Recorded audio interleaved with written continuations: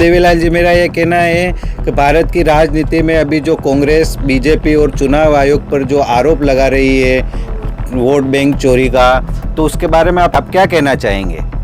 ऐसा है कि ये कांग्रेस पार्टी का हमेशा ही ऐसा रहा है कि वो इस तरह के मुद्दों से लोगों को भटकाना चाहते हैं, जबकि देश में इस तरह के बहुत सारे मुद्दे हैं। पानी भरा हुआ है, ऐसे देश के 27 राज्यों में से कम आधे राज्यों में इस तरह के हालात थे कि पूरे बारिश में डूबे हुए थे।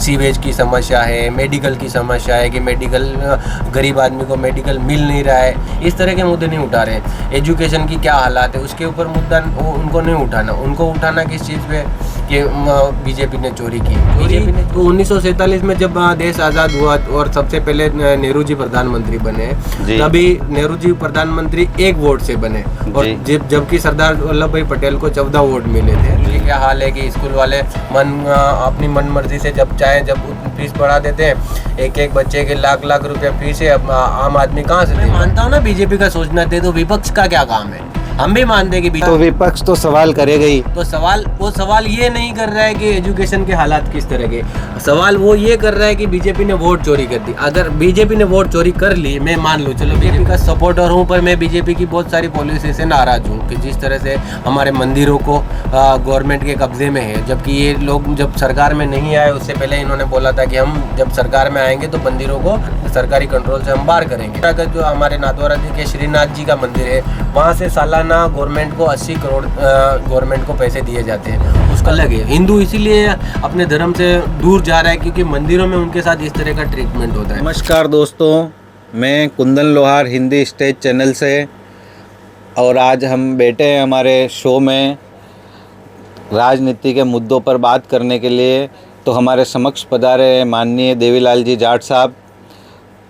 तो आज हम चर्चा करने वाले हैं देश की राजनीति, देश के सामाजिक मुद्दों पे, और इस बारे में हमारे देवीलाल जी के क्या ख्याल है, क्या ओपिनियन है, वो क्या ओपिनियन देना चाहेंगे, इस बारे में आज हम सवाल करेंगे देवीलाल जी से।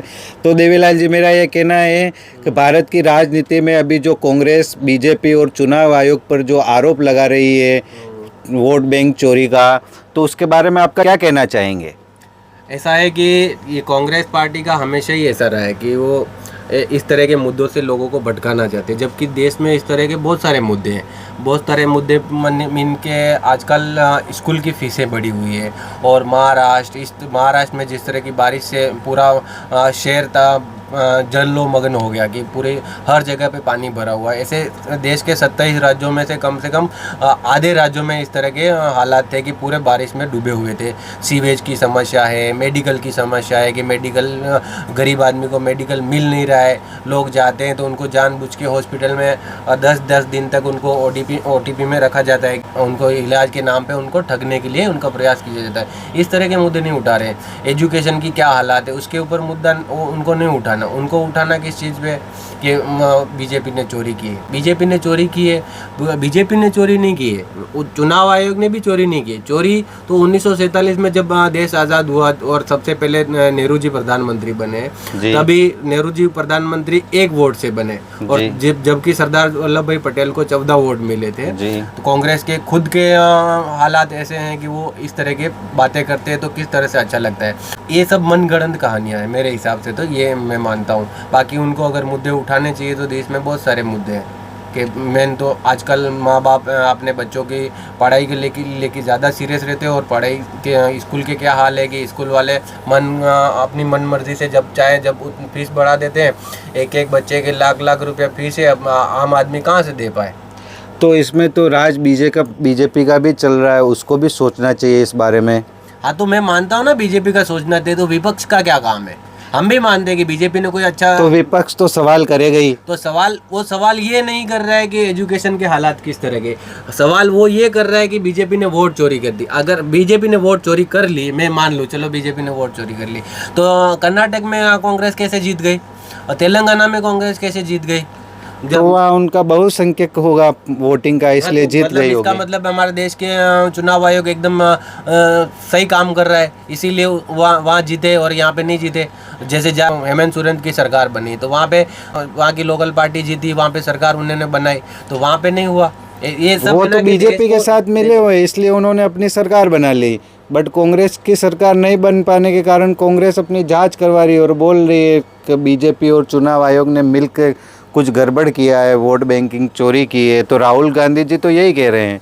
नहीं, आपकी जानकारी के लिए बता दूं कि हेमंत सोरेन हमेशा से बीजेपी का विरोधी रहा है और उसने कभी भी बीजेपी का सपोर्ट नहीं किया, मोदी का सपोर्ट नहीं किया।